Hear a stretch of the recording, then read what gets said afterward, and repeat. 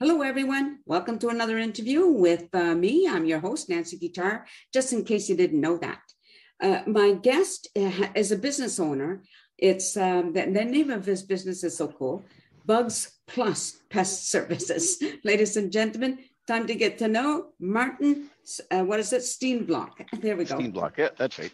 Welcome to the show. Hi, thank you. How are you today? I'm good, thank you. How are you doing? I'm doing well. Now, when did you start this particular business? It's about 7 years ago. Oh, okay. So yeah. What made you to decide to get into it? Well, yeah, I've been in pest control for 15 years. Okay. And that all started through, believe it or not, I broke my finger, and the doctor told me I can go back to work after 6 weeks and as a courier, and wasn't able to actually do that. So a friend of mine invited me to go work with him in pest control, and I just stuck and started my own business back then with him, and stayed with it. So 15 years in the business now. So very good. Now, let everybody know where you're located. So our main office is, well, our only office is in Mission, but we service everywhere from, we've got customers in Merritt, and I've got customers on Bowen Island, Salt Spring Island. So we go pretty, I've actually even been to Vanderhoof. So wow. Yeah. Yeah, that's really cool. No, you have employees, I imagine? That's correct, yes. So how many? I've two full-time technicians, and then my wife is full-time in the office doing office admin and answering the phones for us. And right. Yeah. And do you intend for your business to grow larger? That's the goal. We've been growing steadily over the last 7 years now. We've been growing to the point where, like I said, I have two full-time technicians. I'm hoping to have a third technician for the summer. We're expanding and growing that quick. Right. What would you say would be some of your challenges when it comes to pest control? Well, as a business owner, the biggest challenge right now, especially, is finding employees who want to do that kind of a job. Yeah. On the technical side in pest control, probably the biggest challenge we deal with is well, I guess cockroaches are the biggest challenge for us to eliminate. We are successful. We're 100% successful in our jobs, but some take longer than others. Right. Right.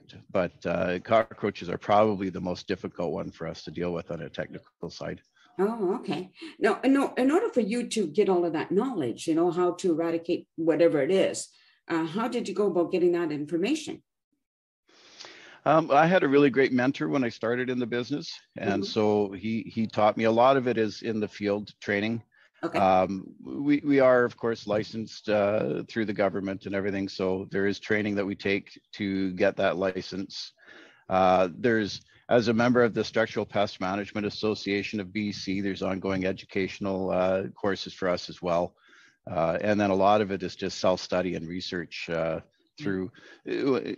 I want to say Google, but it's not. It's when you're using Google to search pest control, you want to be careful where you're getting that information from. So there's a few university websites that I go to, and the SPMABC website and whatnot. So, yeah. Okay, very good. Now, like of the cities that you do serve, like for instance, like does Mission? Let's just talk about cockroaches, just as an example, since you brought it up. Are there more? Have you come across more problems there as opposed to, say, Chilliwack or any other area? No, I mean, cockroaches in particular, they're kind of spread out. We get just as many calls in almost every city for those. Okay. That said, Chilliwack is our busiest city. I service so many places in the Lower Mainland, and Chilliwack is where I get most of our work from. So. All right, that's good to know. Yeah. Yeah. Like we have somebody that, like, I live in a condo, and we have somebody on a regular basis, because I know occasionally we get mice or rats that come into the building, right? And you'll probably have more information about that. But they can come into some tiny, tiny little. Yeah, absolutely. Right? Absolutely. So a rat can climb into a hole through the side, like the size of your thumb. Oh my goodness. Yeah. So if that's a one-time thing, they'll use that. If they're going to go in and out through that hole, though, they will chew it bigger, probably 2 to 3 inches in diameter. So mice only need a hole the size of your pinky. Right. Oh my gosh. That's hard to find that sometimes, right? Well, when you're looking at a house, you know, the average size house or like your situation in a condo or townhouse, to find all of those little entry points, almost impossible. And I tell our customers all the time, it's a process of elimination, right? We're going to find the obvious ones. My crew, we're very well trained in how to find those entry points, but we're not going to find them all necessarily in one day. Yeah. Now, one of the things I know, another thing that I know people are annoyed a lot by are wasps. Yes. So is there is there a way to keep them away, or is they always going to find a new spot? So there's a couple of different pheromone traps out that you can purchase. The rescue wasp trap is one of the better ones. And there's another one, I'm trying to remember the name of it. You can pick them up at Campbell's Meadery in Aldergrove. It's a honey farm. They've got wasp traps there that work exceptionally well. They're designed for the newer wasps that we've got invading our area. Yes. So between the rescue wasp traps and the ones that you can pick up at Campbell's Meadery, you put a couple of those up in the corners of your yard where you don't want to hang out because they're highly attractive to the wasps. Okay. You hang those up in the corners of your yard, you're going to be fine for the summer for the most part. Okay, so, well, it makes sense because at a honey farm, they need to keep the wasps away, obviously, right? That's correct, yes. Yeah. Another problem, and again, you can address this, they're ants, and there's like big ants and small, tiny, tiny little ants, which are the worst ones, I think, to get rid of. So, yeah, with the ants, probably the hardest ant to get rid of is called a pharaoh ant. Most people don't realize that they've got them until it's too late.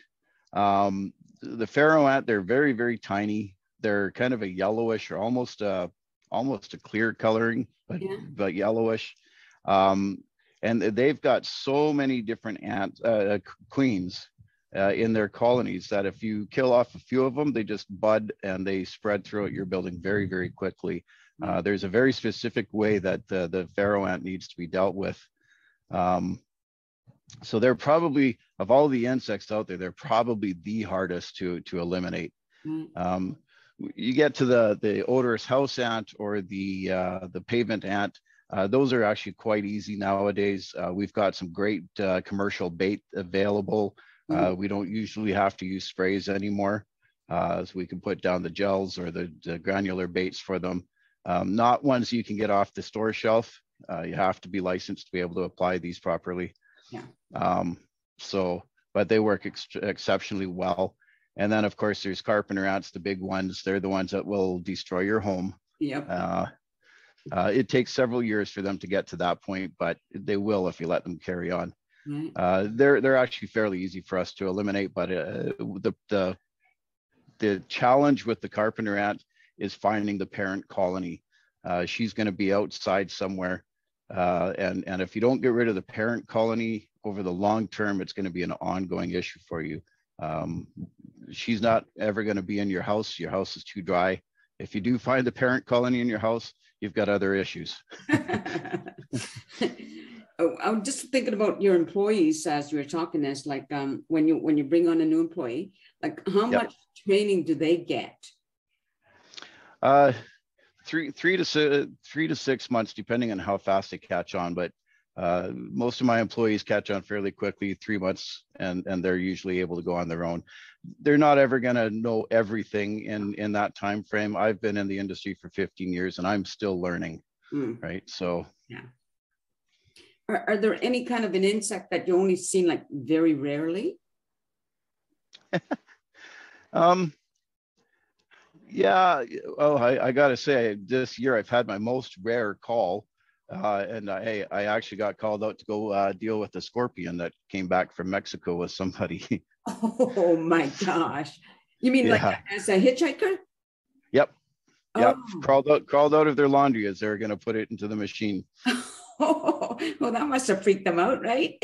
Just a little bit. It was a fun call for me. I really enjoyed that one. So, but yeah, as far as other insects go, Yeah. they're all pretty much we don't get very many cockroach calls, but uh, I think that's probably one of our more rare ones is the cockroaches. Hmm. But yeah.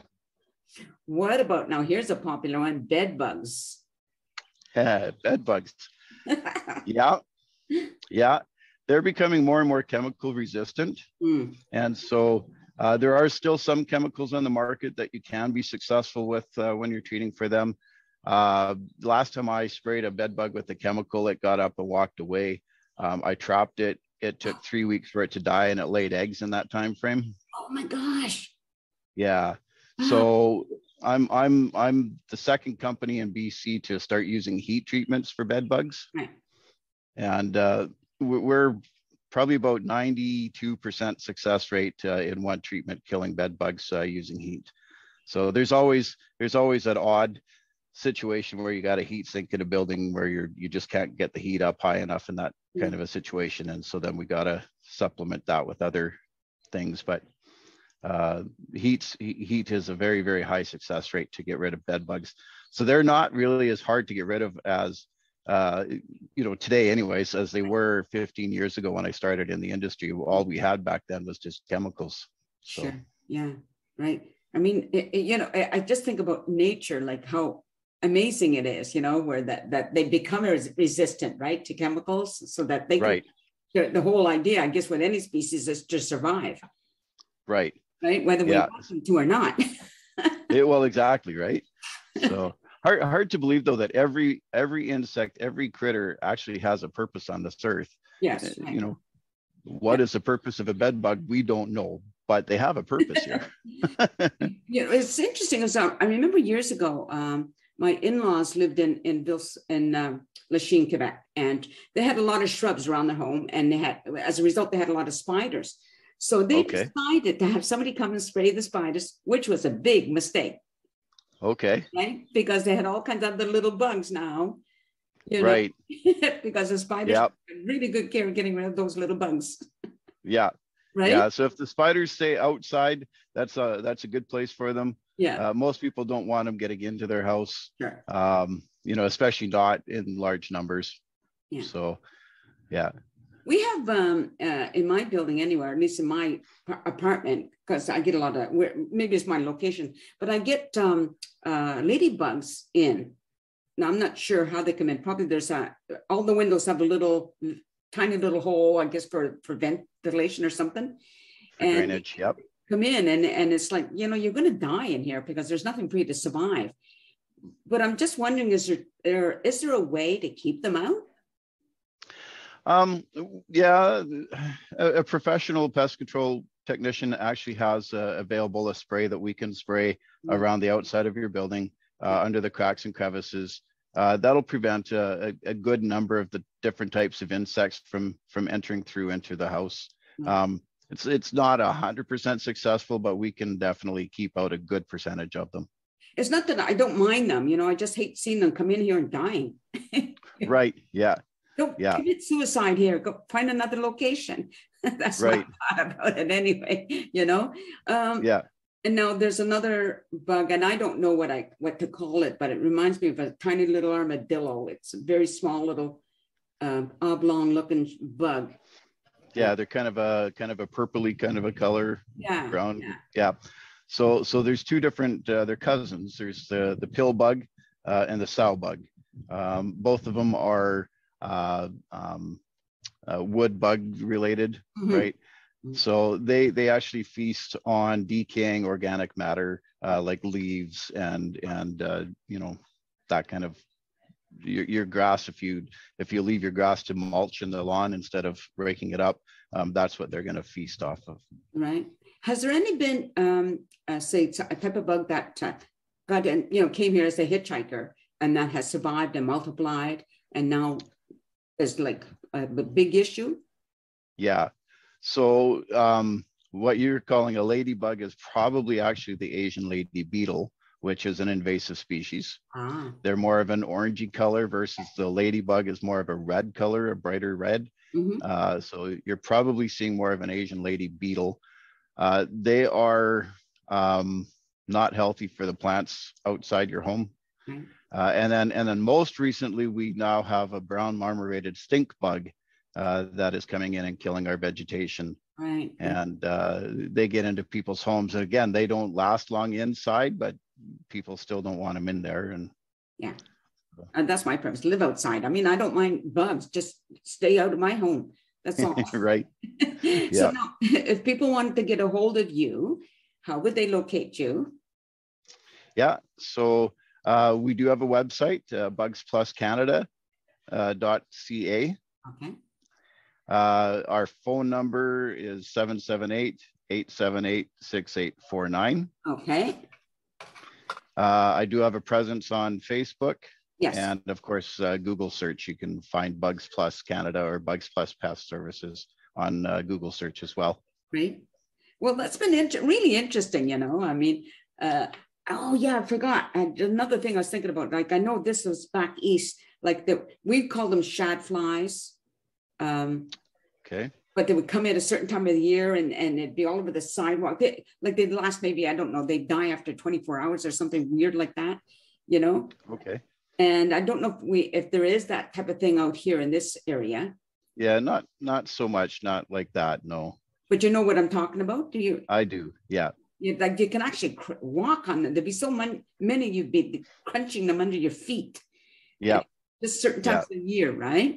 Yeah. And that's certain beetles come out at certain times too, correct? That's correct, yeah. Yeah. So yeah, actually we've got you're talking about invasive species and whatnot. We have the European chafer beetle as well now, which is destroying people's lawns. And it's not necessarily even the beetle itself that's destroying the lawn. Right. They lay their legs in the lawn, and the larvae, the crows and the raccoons dig up your lawn searching for the grubs. So right. Well, this has been really interesting. Thank you for being here, and I appreciate it. And just stay on camera for a second there. Okay. All right. All right. Everybody for watching. I will put Martin's information up. So if you want to contact him, because you know you're going to have an issue. It's almost unavoidable. Plus, with our climate, it's just the way it is. So if you need him, he'll be available. And thank you for watching the show. And tune in and next time, I hope. Anyway, and for now, peace out, everyone. A sense of community. Chilliwack's a place to be, a sense of community when you're free. Rolling through the mountains, rolling through the valley, rolling through paradise with me. It's multicultural, you're sure to see it all. Chilliwack's a place to be, you'll see. Come party in the park, go dancing after dark. Chilliwack's a place to be, you'll see.